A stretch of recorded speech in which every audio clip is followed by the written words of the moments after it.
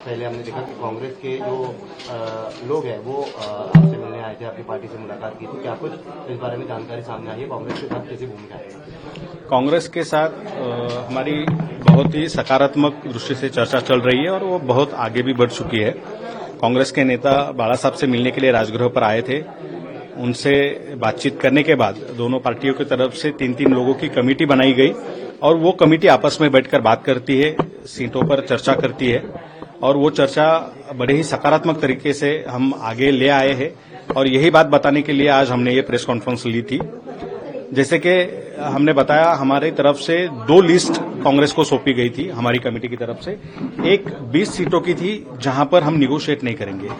वो 20 सीटें ऐसी है जहां पर हमने गए चुनाव में बहुत अच्छा परफॉर्म किया है, वहां पर हमारे पास अच्छी वोटिंग है, जहां पर हमारा संगठन मजबूत है, जहां पर हमारे पास कैंडिडेट है, जहां पर लोगों के सवालों को लेकर हमारे कार्यकर्ताओं ने बहुत अच्छा काम किया और जनता हमारे साथ है, जहां पर हमारी सीटें चुनकर ही आएंगी। ऐसी 20 सीटें हमने निकाली है और वो नॉन निगोशिएबल है, उस पर हम कोई भी चर्चा नहीं करेंगे। और 50 सीटों की ऐसी सेकेंड लिस्ट हमने दी जिस पर चर्चा हो सकती है। उसमें से कुछ सीटें हम 4-5 सीट इधर उधर कर सकते हैं, वो बैठकर बात करेंगे, अक्रॉस द टेबल हम डिस्कस करेंगे और तय करेंगे। इस तरीके से सिर्फ 70 सीटें और उसमें से सिर्फ 20 सीटें नॉन निगोशिएबल था। अक्रॉस द टेबल आप बात करेंगे, लेकिन लगातार चर्चाएं चल रही हैं कांग्रेस के साथ, लेकिन अभी भी पॉजिटिव चीजें सामने निकल के नहीं आ रही है, तो अलायंस बनने वाला है? नहीं, अभी ऐसा है कि जो 20 नॉन निगोशिएबल सीटें थी उसमें से ही 2 सीटें ऐसी निकली है कि जिस पर कांग्रेस के एक बड़े नेता के फैमिली के लिए क्लेम किया गया है और हम हमारे पार्टी वर्कर के लिए, कार्यकर्ता के लिए उस सीट के लिए लड़ रहे हैं कि जिस कार्यकर्ता ने 5 साल मेहनत की है, काम किया है और अब वो कुछ उम्मीद लेकर वहां पर खड़ा है, तो उस कार्यकर्ता को नाराज करना हमें ठीक नहीं लग रहा है।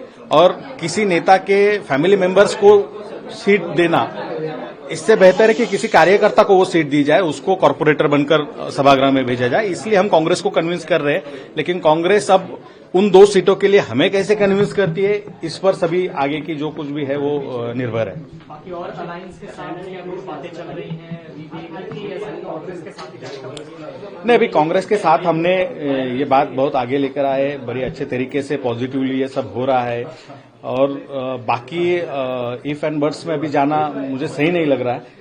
तो अगर कुछ बातें आगे पीछे होती है तो सही वक्त पर हमारी तरफ से वो डिक्लेयर किया जाएगा, लेकिन आज के दौर में इस वक्त हम बड़े ही सकारात्मक तरीके से कांग्रेस की इस डायलॉग को देख रहे हैं और हम अपेक्षा रखते हैं कि कांग्रेस इन 2 सीटों पर एक सकारात्मक सोल्यूशन लेकर आएगा। शिवसेना, यूपीटी या एनसीपी शरद पवार से किसी तरह की बातचीत है, क्योंकि तीनों एमडीए महाविकास आघाड़ी का हिस्सा है? नहीं, अभी Mahavikas Aghadi local self government में कहीं पर भी दिख नहीं रही है। जैसे कि आपने देखा होगा, पुणे में तो 2 राष्ट्रवादी एक साथ आ रही, इसलिए राष्ट्रवादी का ही एक नेता छोड़कर कांग्रेस में गया है। तो हर जगह पर वो महायुति भी एक जगह पे नहीं रही और महाविकास आघाड़ी पे भी नहीं रही। इसलिए हमने भी ये तय किया था कि हर डिस्ट्रिक्ट लेवल पर जो हमारी कमेटी है उनको हमने अधिकार दिए थे कि आपके डिस्ट्रिक्ट में क्या इक्वेशन अच्छा है बीजेपी को छोड़कर, एक्सेप्ट बीजेपी, बाकी किसी भी पार्टी के साथ बात करो जो वहां पर अच्छा इक्वेशन बनाती है और उनके साथ युति करो। तो हम हर जिले में अलग अलग पार्टी के साथ बैठे, हर जिले में अलग अलग पार्टियों के साथ हमारा अलायंस हुआ है। मुंबई में हम कांग्रेस के साथ जा रहे हैं। सर, तो ये रिजल्ट्स कब तक मतलब डिक्लेयर कर देंगे? अब ये तो कांग्रेस ही बता पाएगी कि वो इन 2 सीटों पर कब तक पॉजिटिव सोल्यूशन निकालती है और किस तरीके से वो निकालते हैं, उस पर ये सब आगे का भविष्य जो है वो निर्भर है। हमें अपेक्षा है कि कांग्रेस पॉजिटिव तरीके से इस पर कोई पॉजिटिव सोल्यूशन लेकर आएगी। सर, इसके पहले के चुनाव में हमने देखा कि कई पार्टियों ने अप्रोच किया था, हालांकि जब चुनाव नजदीक आए तो दरकिनार कर दिया गया।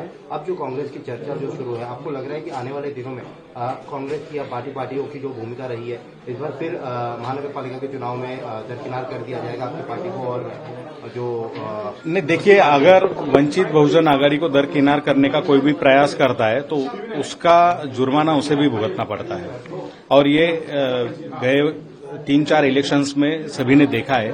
वंचित बहुजन आघाड़ी ये कोई भी मतलब निगलेक्ट करने जैसी पार्टी नहीं रही है। हमारा वोट बेस मजबूत है, हमारे कार्यकर्ता एग्रेसिवली काम करते हैं और हमारा संगठन बड़ा है और हम सिंगल लार्जेस्ट पार्टी है कि जो इतने बड़े पैमाने पर जाकर लोगों में अपना काम कर रही है और अपना पॉलिटिक्स आगे लेके जा रही है। बाकी सभी पार्टियां 3-3, 4-4, 5-5 पार्टियां एक साथ आकर लड़ती है, हम अकेले लड़ते हैं, अकेले के दम पर लड़ते हैं। तो इसकी वजह से हमारी ताकत क्या है ये सब पार्टियां जानती है, अच्छे तरीके से जानती है, और इसीलिए इस तरीके के जो पॉलिटिकल इक्वेशन है वो बन रहे हैं। सिंगल लार्जेस्ट पार्टी की आपने बात कही, यही सिंगल लार्जेस्ट पार्टी मुंबई के मेयर पद का भी क्लेम करेगी कि आने वाले चुनाव में? अब देखते हैं, अगर हमारे उतने सीट्स हम चुनकर लाते तो जरूर करेंगे, क्योंकि हमारी भूमिका यही है कि वंचितों को सत्ता में लाना और उनको जो अहम पद है वहां पर बिठाना।